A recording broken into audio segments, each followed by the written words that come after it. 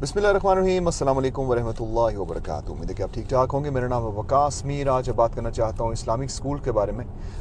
काफ़ी सालों से इसके ऊपर बात हो रही है। हम रेडियो पर कई दफ़ा इसको लेके आ चुके हैं इस टॉपिक को, लेकिन मुझे याद पड़ता है कि जब भी इसके ऊपर बात हुई तो कई दफ़ा नहीं, बहुत दफ़ा ऐसा हुआ कि ऑन एयर आके हमारे लिसनर्स जो हैं वो कहते थे कि वकास भाई, हम तो बिल्कुल ठीक ठाक हैं, हमें तो कोई मसला नहीं हुआ इस्लामिक स्कूल्स के बगैर। हम तो नॉर्वेजियन स्कूल्स में गए हैं, हम तो यूरोपियन स्कूल्स में गए हैं, और एक्चुअली पाकिस्तानी स्कूल जो है ना, पाकिस्तान में जो है वहाँ पर भी बड़ा गंद होता है। तो ये बात करूँ 15-20 सालों की, 15-20 साल हो गए हैं इस चीज़ को, शायद उससे भी नहीं, 15-20 नहीं, शायद 20 साल हो गए हैं। और वो बंदे जो है ना, वो अब उनके खुद बच्चे हैं। अब उनमें से एक से मेरी बात हुई कुछ दिन पहले, और मैंने उनसे कहा कि याद है आपने एक दफ़ा कहा था कि हमें तो कोई नुकसान नहीं हुआ जी, अब आप बताएं कि अब स्कूल्स कैसे हैं नॉर्वे के। तो उन्होंने बिल्कुल उसका उल्ट जवाब दिया और कहा कि जाहिर सी बात है, जो पहले जवाब दिया उसका उल्ट दिया, कि अब नॉर्वेजियन स्कूल जो है ना, वो हमारे बच्चों के लिए बिल्कुल सेफ़ नहीं है। तो मैंने उनसे कहा कि क्या वजह लगती है आपको इसके पीछे। वो कहते हैं जी, वजह साफ है और वाज़ेह है कि जो प्राइड और LGBTQ plus plus plus plus plus के ये जो फितना है सारे का सारा, ये आहिस्ता आहिस्ता सब कुछ स्वालो कर जाएगा, सब कुछ निगल जाएगा, और उसमें नुकसान जो है वो पूरी की पूरी सोसाइटी को होगा, ना कि सिर्फ बच्चों को।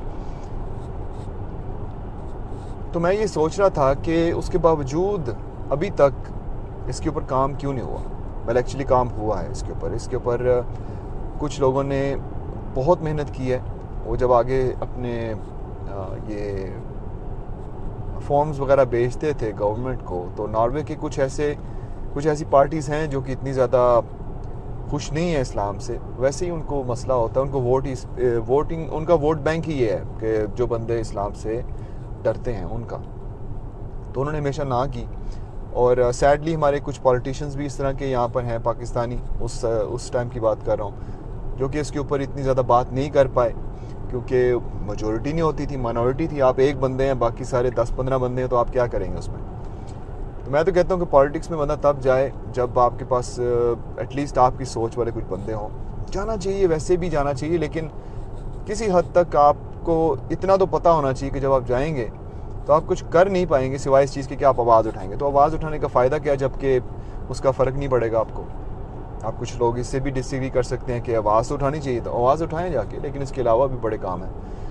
और ये भी मैं ये नहीं कहता कि पॉलिटिक्स में बिल्कुल ना जाएं। जाहिर सी बात है, अगर आप नहीं चाहेंगे तो उस टेबल पे कोई और काम कर लेगा, आपके इश्यूज़ को कोई और हल करेगा या फिर अनहल कर देगा। तो इस्लामिक स्कूल्स की ज़रूरत क्यों आन पड़ी।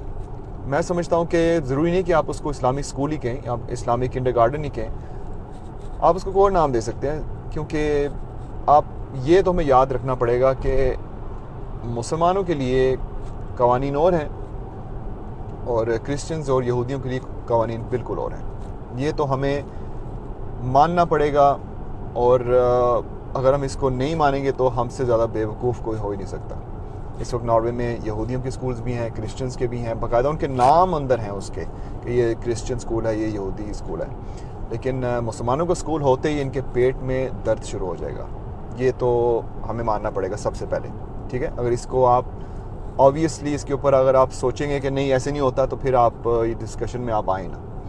ये है, तो आपको या तो कुछ पेरेंट्स के साथ मिल के एक प्लान बनाना पड़ेगा कि हम कुछ ऐसे स्कूल्स जो हैं यहाँ पर लॉन्च करें, ऐसे स्कूल्स जो हैं क्रिएट करें जहाँ पर बच्चे जो हैं एक इस्लामी तर्ज से ज़िंदगी गुजार सकें।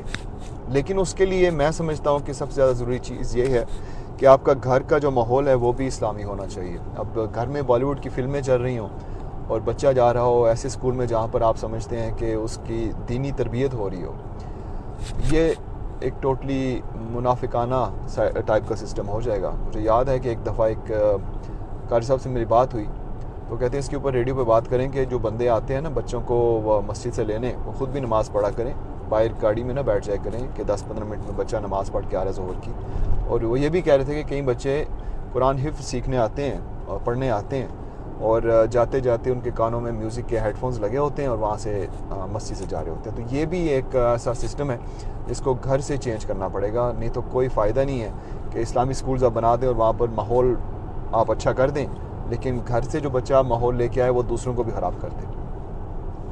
तो मैं बात कर रहा था इस्लामी स्कूल्स की ज़रूरत क्यों है और क्या करना चाहिए। इस्लामी स्कूल का नाम अंदर इस्लाम लाने की ज़रूरत नहीं उस नाम में। दूसरी बात यह है कि वहाँ पर जनरल सी एक एजुकेशन हो सकती है, जैसे कि इंग्लैंड में है। इंग्लैंड में मेरे कुछ बंदों से बात हो रही है, तो मैं सोच रहा हूँ कि उनको यहाँ पर इनवाइट किया जाए, उनसे बात की जाए, उनसे सीखा जाए, क्योंकि इंग्लैंड बहुत आगे है। इंग्लैंड में मैं रह चुका हूँ तकरीबन 4-5 साल पहले, एक्चुअली 15 साल पहले, उससे पहले मैं 5 साल वहाँ पर रहा हूँ। इंग्लैंड में जो है ना सिस्टम बिल्कुल डिफरेंट है। इंग्लैंड में बहुत कुछ नॉर्वे के हवाले से देखा जाए ना, इसके मौजना किया जाए तो इंग्लैंड बहुत आगे है दीनी हवाले से।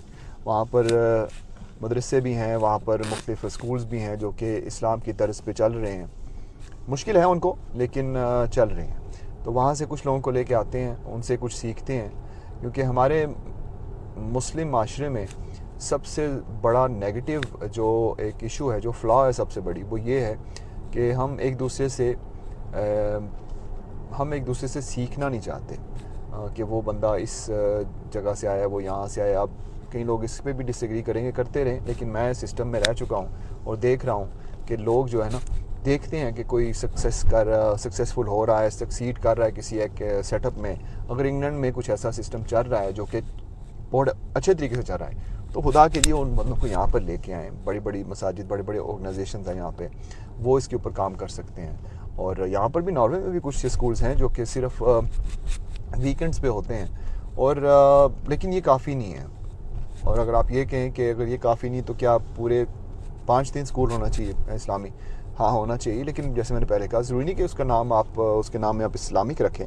आप वहाँ पर एक ऐसी तरबियत दे सकते हैं बच्चों को जो कि ये दूसरा जो फितना फैला हुआ उससे बच के रहें।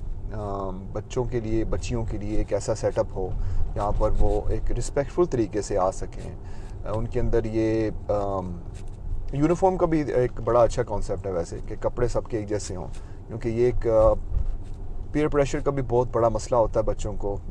बच्चे बहुत टेंस होते हैं जब एक बच्चा नाइकीज़ और आडिडास और इस तरह के कपड़े पहन के आता है, इस तरह के ब्रांड्स के, कि उनके पास वो अफोर्ड नहीं कर सकते। तो आपको ये भी याद रखना पड़ेगा कि काफ़ी चीज़ें हैं जो कि इस तरह के स्कूल्स की वजह से हल हो सकती हैं।